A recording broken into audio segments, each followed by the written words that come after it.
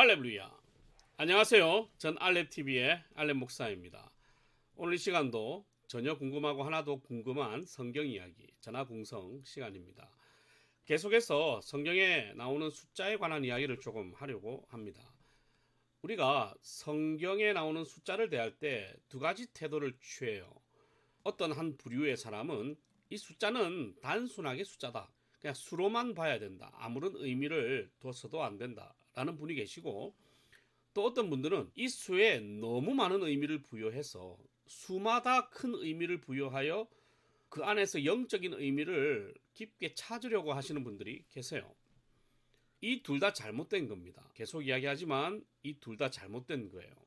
자, 수에 너무 많은 의미를 부여하고 영적인 의미를 부여해서 상징적으로만 계속 보려고 하는 사람은 이단에 빠질 가능성이 아주 높죠. 거기에 반해서 성경 안에 있는 숫자를 단순하게 수로만 봐야 된다라고 이야기하시는 분들도 자유주의 신학이나 문자주의에 빠질 가능성이 굉장히 높습니다. 물론 다 그런 건 아니에요. 숫자는 숫자다라고 이야기하시는 분들, 혹은 숫자는 의미다라고 이야기하시는 분들 중에도 신앙생활 잘 하시는 목사님들이 많이 있어요. 그러나 그렇게 되기 쉽다, 그리고 신앙생활을 잘한다고 해서 그게 옳으냐, 그렇지는 않다는 거죠.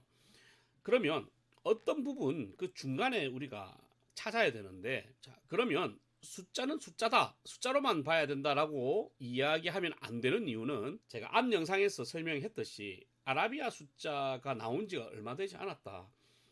옛날에는 다 다른 식으로 숫자를 표현을 했기 때문에 그 수의 개념, 셈 개념이 생존과 관련이 있었고, 그 생존과 관련 있는 그 수 개념, 거래나 이런 것들에 관한 그 수 개념이 단순하게 숫자로만 끝나지는 않았을 것이다 라는 거죠. 자, 그럼 우리가 여기서 이제 한번 짚고 넘어가야 되는 것이 고대 문명입니다. 여러분, 고대 문명의 발상지는 대부분 강에서 시작되었죠. 그러니까 고대 문명이 발생하는 조건은 물이에요. 물인데 왜 물이냐? 물이 많아야 사람이 모이지.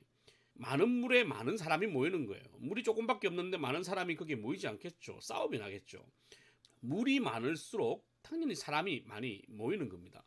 자, 그렇게 본다면 고대 문명이 발생하는 조건은 물이에요. 사람이 모여야 문명이 발생하니까. 하지만 고대 문명이 발달하는 조건은 물이 아니에요. 알파벳이에요. 결국은 언어를 기록하고 저장하느냐 할 수 없느냐에 따라 고대 문명이 발전하고 그 역사가 이어져 간다고.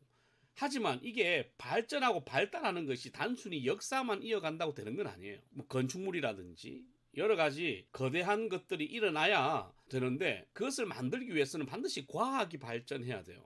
어떤 방식이든지 과학이 발전해야 되는데, 과학이 발전하고 발달하려면 반드시 있어야 되는 개념이 수의 개념이라는 거예요. 그러면 사람이 모였던 모든 곳마다 문명이 발전한 건 아니죠.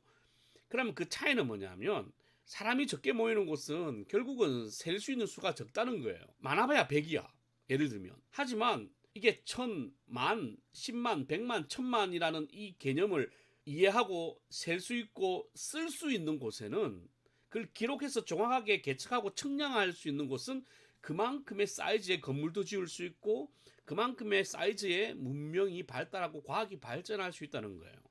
이해되시죠? 그러면 그 숫자의 개념이 어디서 나올 거냐 이거죠. 아라비아 숫자가 없는데. 앞서 말씀드렸지만 앞선 영상 꼭 보세요. 거기 보면 고대인들이 숫자를 셀 수 있는 여러 가지 방식들이 있다고 했어요. 뭐 매듭을 묶는데 매듭을 뭐 1000개, 10,000개를 묶을 거예요? 아니잖아요. 그러니까 그것도 한계가 있어. 그러니까 이 사람들이 생각해낸 그 수의 개념, 그 수를 셈할 수 있고 큰 수를 쓸 수 있는 도구가 하나 있는데 그게 알파벳이라니까. 그러니까 알파벳이 발전되어 있고 글이 발전되어 있고 그림이 발전되어 있는 곳에는 그 수, 큰 수에 대한 개념을 이 알파벳으로 정립할 수 있다는 거죠. 뭐 우리로 이야기하면 기역계, 니은계, 디귿계, 리을계 이렇게 표현을 할 수 있다는 거예요. 자, 그러면 어떻게 큰 수에 대한 개념을 이 알파벳으로 표현했을까? 그거는 다음에 이야기를 하더라도, 자, 결론은 뭐냐면 수는 수다, 이것도 아니다. 수는 의미다, 이것도 아니다. 어떠한 중간에서 그 상황에서의 문명, 그리고 생활 환경, 문화 이런 것들을 우리가 고려를 해서 그 문명 안에서, 그 문화 안에서, 그 사상 안에서, 그 신앙 안에서 이 숫자가 가지고 있는 의미를 어느 정도 인정하고 이해하고 받아들여 줘야 된다는 것. 그래서 어떤 수에는 특별하게 의미가 부여되고 있고, 그 의미가 어떤 계시 같은 의미는 아니지만 서로 그 언어를 쓰고 있거나 그 알파벳을 공유하고 있는 그 문화권 안에서는 충분히 통용이 되고 있는 수가 있다는 거죠. 의미가 있는 수가 있다는 것. 그것은 우리가 이해를 해야 된다는 것. 그리고 문명이 형성되는 조건은 물인데, 문명이 발달하는 조건은 과학이어야 된다. 근데 그 과학이 발전하기 위해서는 그 과학을 기록할 수 있는 언어가 있어야 되고, 문자가 있어야 되고, 그 과학이 더 크게 발전할 수 있는 숫자가 있어야 되는데, 큰 수를 표현할 수 있는 곳일수록 더 큰 문명이 발전을 했다. 근데 그 큰 수는 아라비아 숫자가 없었기 때문에 큰 수를 표현하는 방식은 유일하게 알파벳이다. 그 알파벳으로 가면 어떻게 표현할 것이냐, 그거는 다음부터 계속 이제 이야기를 해 나갈 것이다는 거죠. 뭐 이 언어가 언제 발생을 했고, 언제부터 이게 생겨났고, 어떻게 유래했고, 이거는 성경의 연도와 일반 과학자들이나 역사학자들이 연구하는 연도가 좀 많이 달라요. 왜냐하면 일반 사람들은 히브리어가 주전 7세기 정도에 나타났다라고 보고 있지만, 모세는 훨씬 이전의 사람이잖아요. 그러니까 우리가 믿는 바로는 모세가 이 모세오경을 썼기 때문에, 그리고 모세 시대에 이집트 문명이 이미 전 세상에서 창궐하고 있었기 때문에 언어와 문자와 숫자가 이미 있었다. 그렇게 보는 것이 맞다고 생각을 해요. 그 부분은 서로 차이가 있을 수 있어요.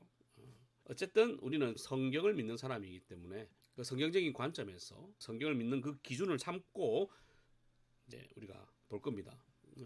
그렇게 이해하시고 앞으로 계속 숫자에 관한 이야기 할 때 천천히 따라오시면서 또 성경을 읽어보시면 상당히 재밌는 이야기들 많이 나올 거예요. 오늘 하루도 행복한 하루, 주님과 동행하고 하나님과 동행하는 하루가 되시기 바랍니다. 할렐루야.